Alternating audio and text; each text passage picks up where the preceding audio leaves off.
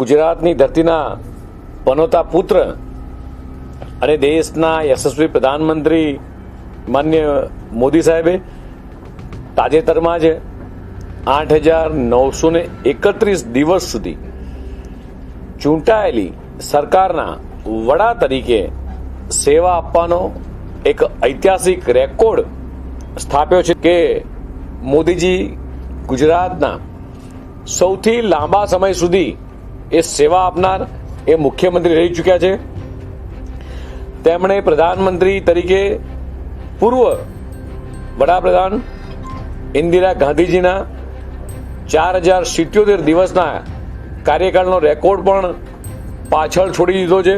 કરું તો નરેન્દ્ર મોદી સાહેબ જ્યારે ગુજરાતનું સુકાન સંભાળ્યું ત્યારે રાજ્ય સામે, સરકાર સામે અને પ્રજા અનેક પડકારોનો સામનો કરી રહી હતી, પણ માન્ય મોદી સાહેબની દ્રઢ ઈચ્છાશક્તિ, દ્રઢ મનોબળ, પ્રબળ ઈચ્છાશક્તિ, મજબૂત નેતૃત્વથી કચ્છ ફરી બેઠું થયું કે ગુજરાતને મોદી સાહેબે એક મોડલ સ્ટેટ બનાવ્યું। ગુજરાત મોડલની ચર્ચામાં આખા દેશમાં મિત્રો ફેલાઈ। દેશના પ્રધાનમંત્રી માન્ય મોદી સાહેબ પર એમને પૂર્ણ ભરોસો છે। નરેન્દ્ર મોદીજીના નેતૃત્વ હેઠળ મેક ઇન ઇન્ડિયા હોય, સ્ટાર્ટઅપ ઇન્ડિયા અને સ્ટેન્ડઅપ ઇન્ડિયા જેવી પહેલોએ એ નવા રોકાણ અને રોજગારીની તકો ઊભી થઈ છે। એક સમય હતો કે જ્યારે આતંકવાદની સમસ્યાથી હતપ્રત હતો, દુશ્મનો આપણી સરહદમાં એક ઘૂસણખોરી કરી અને હુમલો કરતો હતો, ત્યારે આપણી તત્કાલીન સરકાર ફક્ત એ નિંદાના ઠરાવો પસાર કરતી અને દિલ્હીથી શાંતિ માટે વિનંતી કરતી હતી। મોદી સાહેબે પ્રધાનમંત્રી બન્યા બાદ પહેલા જ કહ્યું હતું કે તેઓના આંખ ઝુકાવીને વાત કરશે, કે તેઓના આંખ કાઢીને વાત કરશે, પરંતુ એ આંખમાં આંખ મેળવીને વાત કરશે। અને ઉરી અને પુલવામા ના કાયરતાપૂર્વક હુમલાનો જવાબ એમણે કોશિયર સોંપી નહીં, પરંતુ એ સર્જિકલ સ્ટ્રાઇક અને બાલાકોટ એર સ્ટ્રાઇકથી એ દુશ્મનના ઘરમાં ઘૂસીને એનો જવાબ આપ્યો હતો। જ્યારે દેશને સૌથી મોટી મહામારી COVID-19 એ થંભી જવા મજબૂર કરી દીધો હતો।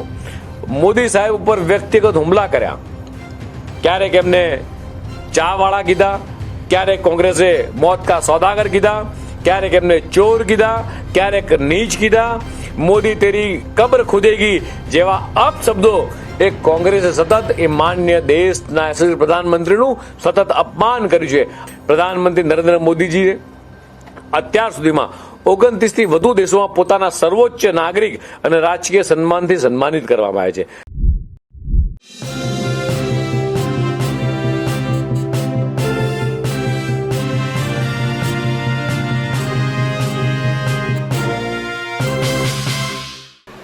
વડાપ્રધાન નરેન્દ્ર મોદી રેકોર્ડ બનાવી રહ્યા છે। રેકોર્ડ વધુ સત્તા ઉપર કાબીજ રહેવાનું, એટલે કે વધુ સત્તાના દિવસો તેઓ રહ્યા, તેઓ રેકોર્ડ બનાવ્યો। એના માટે મોદી ચાલીસા શરૂ કરી દેવામાં આવી છે। આમ તો વડાપ્રધાન નરેન્દ્ર મોદી ગુજરાત આવવાના છે, પણ તેની પહેલાં જ એમની મોદી ચાલીસા ઘરે ઘરે પહોંચે અને રેકોર્ડ કેવા પ્રકારના તેઓ બનાવી રહ્યા છે તે વાત પહોંચે તેના માટેનું આયોજન થઈ ગયું છે। જગદીશ વિશ્વકર્મા ભાજપના જ પ્રદેશ અધ્યક્ષ છે, તેઓએ મોદી ચાલીસા આજે વાંચી, કીધું કે 29 દેશોના સર્વોચ્ચ પદ મળ્યા, કોવિડ જેવી આફત અટકી ગઈ, તમામ એવા નામો, તમામ એવી યોજનાઓ જે નિષ્ફળ સાબિત થઈ ગઈ, એ સ્ટાર્ટઅપ ઇન્ડિયાની વાત હોય કે તમામ યોજનાઓ જે નિષ્ફળ સાબિત થઈ તેને ગાણું ગાયું, કોંગ્રેસ પર આરોપ લગાવ્યો, તેમને ગાળો આપ્યું। પણ સવાલ એ છે કે આનાથી દેશને ફાયદો શું? શું મોદી સાહેબ અમેરિકાથી નથી બીતા એવું કોંગ્રેસ કહે છે, એની ચર્ચા અહીંયા નથી કરાઈ।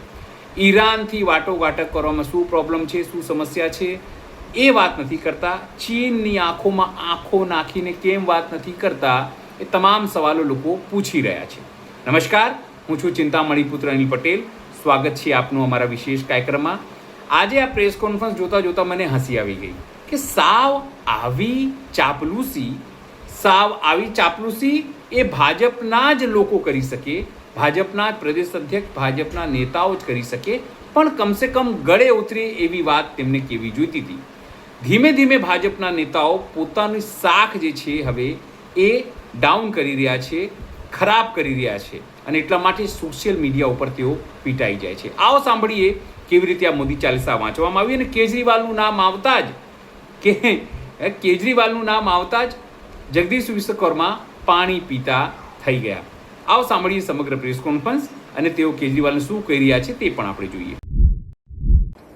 આપે કદાચ જોયું હશે કે પંજાબની અંદર ખેડૂતો ઉપર જે અત્યાચાર થઈ રહ્યા છે, ખેડૂતો પર જે લાઠીચાર્જ થઈ રહ્યો છે, એ માત્ર પંજાબના ખેડૂતોએ જોયો છે એવું નહીં, આખા દેશના મીડિયાના માધ્યમથી દેશની 140 કરોડ જનતાએ જોયો છે કે ભગવત માન આપના મુખ્યમંત્રી, એમના નેતા કેજરીવાલો ગમે તેવા બણગા ફૂંકતા હોય પણ પંજાબની જનતા ત્રસ્ત છે, ત્રાહિમામ છે અને ખેડૂતોના ટેકાના ભાવની ખરીદીના રૂપિયાથી એ દેશની અંદર માર્કેટિંગ કરવા નીકળ્યા છે. દેશમાં સૌથી પહેલું રાજ્ય ગુજરાત રાજ્ય હતું. જ્યારે દેશના યશસ્વી પ્રધાનમંત્રી માનનીય મોદી સાહેબે હેલ્થકેરની અંદર PMJY કાર્ડ દ્વારા 5 લાખ કેન્દ્ર સરકાર આપે છે, ત્યારે ગુજરાતના મુખ્યમંત્રી માનનીય ભૂપેન્દ્રભાઈ પટેલ એ આખા દેશમાં પહેલું રાજ્ય બન્યું કે દેશના યશસ્વી પ્રધાનમંત્રીમાં કેન્દ્ર દ્વારા 5 લાખ અને રાજ્ય દ્વારા 5 લાખ એમ 10 લાખની હેલ્થકેરની અંદર સૌથી વધારે સહાય કરતું આખા દેશમાં કોઈ રાજ્ય હોય તો ભારતની અંદર ગુજરાત રાજ્ય છે.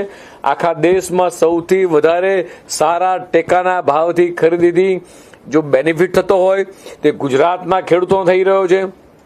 ગુજરાતની અંદર જ્યારે અતિવૃષ્ટિ આવી છે ત્યારે ગુજરાતના મુખ્યમંત્રી માનનીય ભૂપેન્દ્રભાઈ પટેલની વડપણ હેઠળ સરકારે એ ખેડૂતોને ક્યારેય નારાજ નથી કર્યા. ભર ચોમાસાની વચ્ચે, પાણીની વચ્ચે ગુજરાતના મુખ્યમંત્રીઓ કે ગુજરાત સરકારના મંત્રી હોય એ એસી ઓફિસમાં બેસવાની જગ્યાએ, ગાંધીનગરમાં બેસવાની જગ્યાએ એ ખેડૂતોની વચ્ચે જઈ ખેડૂતોની વેદના સમજી સાંભળી એનો તાત્કાલિક રિપોર્ટ બનાવી અને ખેડૂતોને જેમ બને એમ જલ્દી ને જલ્દી રાહત પેકેજ આપવાનું કામ કરતી હોય અને ઝડપી કામગીરી કરતી હોય તો ગુજરાત સરકાર કરી રહી છે. એટલે માત્ર કેજરીવાલ અને ભગવત માન આ માત્ર અફવા ફેલાઈ રહ્યા છે. પંજાબના પૈસા, ગરીબોના, ખેડૂતોના પૈસા એ અન્ય રાજ્યની અંદર માત્ર ચૂંટણી પ્રચારને ભ્રામકતા માટે આ ફેલાઈ રહ્યા છે. એમને ક્યારેય ગુજરાતની પ્રજા સ્વીકારશે નહીં. આ ગુજરાતની પ્રજા બંને બહુરૂપિયાઓને ખૂબ સારી રીતે ઓળખે છે. આ બંને બહુરૂપિયાઓને દિલ્હીની જનતાએ જાકારો આપ્યો છે. આગામી દિવસોની અંદર સ્થાનિક સ્વરાજની ચૂંટણીમાં પણ એ ગુજરાતની જનતા એમને ક્યાંય પગ નહીં મૂકવા દે. એ જેટલી પણ જાહેર સભાઓ કરે છે એમાં ખુરશીઓ ખાલી રહે છે અથવા પૈસા આપી પંજાબથી ગરીબોના પૈસા લઈ અહીંયા પૈસા વાપરીને લોકોને અહીંયા ઘડી કામ કરી રહ્યા છે. પણ આપ પણ જોઈ રહ્યા છો કે જે રીતે ભગવત માન અને કેજરીવાલ અલગ અલગ જગ્યાએ સભાઓ કરી રહ્યા છે, લોકોને ભડકાવવાનું કામ કરી રહ્યા છે, ગુજરાતની ભોળી જનતાને છેતરવાનું કામ કરી રહ્યા છે. પણ ગુજરાતની જનતા ખૂબ શાણી છે. છેલ્લા 30 વર્ષ તેમણે વિકાસની રાજનીતિ જોઈ છે. દેશના યશસ્વી પ્રધાનમંત્રી માનનીય મોદી સાહેબ પર ભરોસો છે. ગુજરાતની ભારતીય જનતા પાર્ટીની સરકાર ઉપર માનનીય ભૂપેન્દ્ર પટેલ પરનો ભરોસો છે. ગુજરાતની જનતા એ ક્યારેય ભગવત માનથી કે બહુ રૂપિયા કેજરીવાલથી છેતરા એવી નથી. પણ ગુજરાતની મહિલાઓને બેંક એકાઉન્ટમાં 1,000 રૂપિયા આપવાનો વાયદો કર્યો છે કે ગુજરાતની મહિલાઓને બેંક એકાઉન્ટમાં સીધા 1,000 રૂપિયા આપશે આમ આદમી પાર્ટી. તમે કેજરીવાલને ભગવત માનને પૂછજો કે તમે જ્યારથી સરકારમાં આવ્યા એના કરતાં વધારે વર્ષથી ભારતીય જનતા પાર્ટીની સરકાર એ ગુજરાતના શાસનમાં છે અને 450 કરતાં વધારે અલગ અલગ સમુદાયવાદ, SC, ST, OBC, જનરલ કેટલી યોજનાઓ છે. પંજાબ સરકાર એનો સરવાળો મારી દે એના કરતા ગુજરાતની ભારતીય જનતા પાર્ટીની ભૂપેન્દ્રભાઈ પટેલની સરકાર એ કેટલાય બેનિફિટ એ નીચે જનતાને આપી રહી છે. જગદીશભાઈ, તો ભૂતકાળની સરસ વાત કરી, ભવિષ્ય માટે શું પ્રજા માટે કરવા માંગો?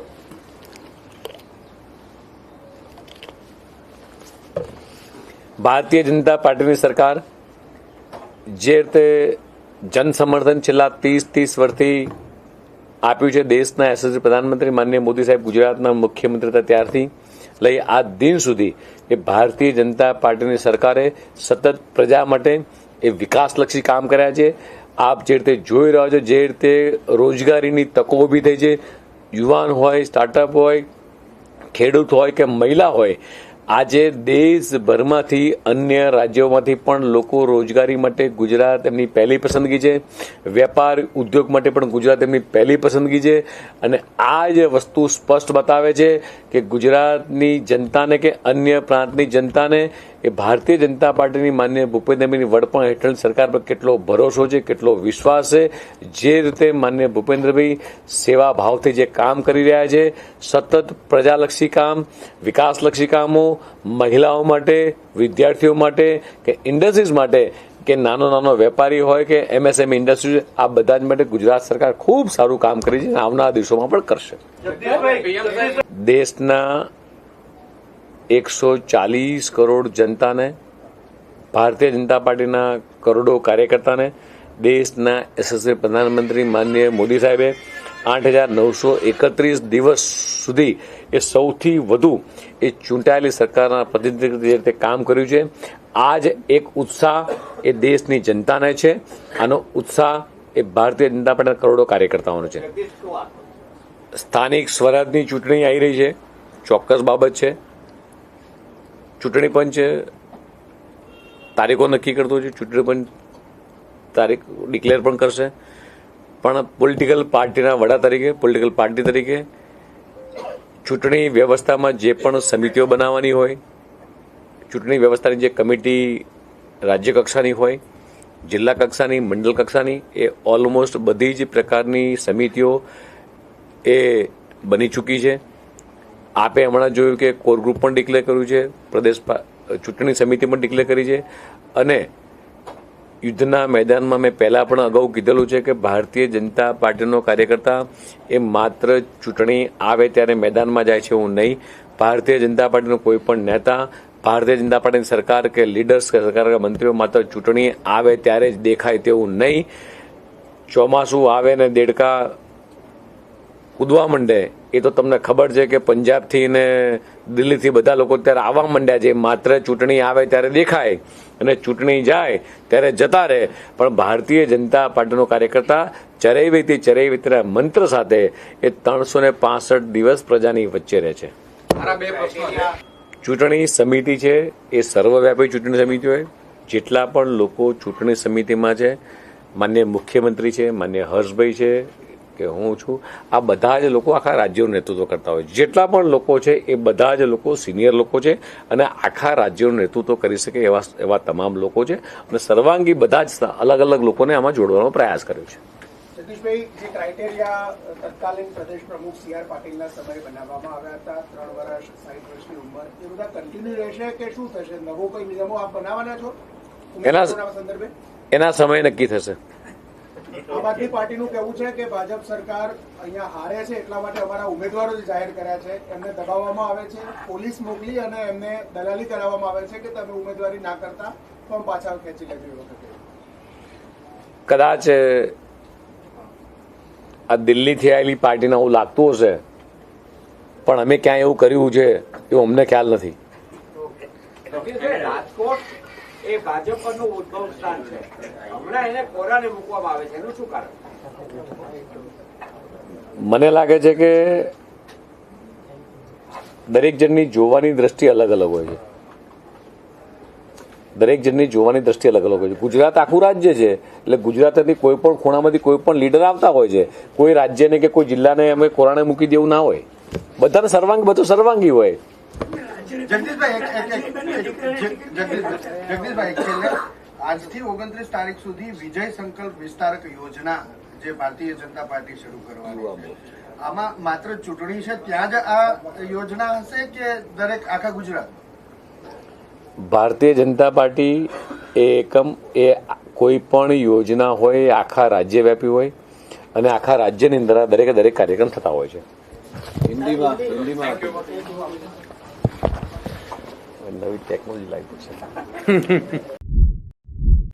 જગદીશ વિશ્વકર્માના આ મોદી ચાલીસાને આપ શું માનો છો? જેવુંથી મારા કોમેન્ટ બોક્સમાં કોમેન્ટ કરજો. એ સિવાય અમારી યુટ્યુબ ચેનલને આપ લાઇક કરો, સબસ્ક્રાઇબ કરો, બેલ આઇકન દબાવો. સાથે મારી વેબસાઇટ છે www.gujaratplus.in, ત્યાં પણ તમે વધુ અપડેટ થઈ શકો છો. અત્યારે માટે બસ આટલું જ. નમસ્કાર.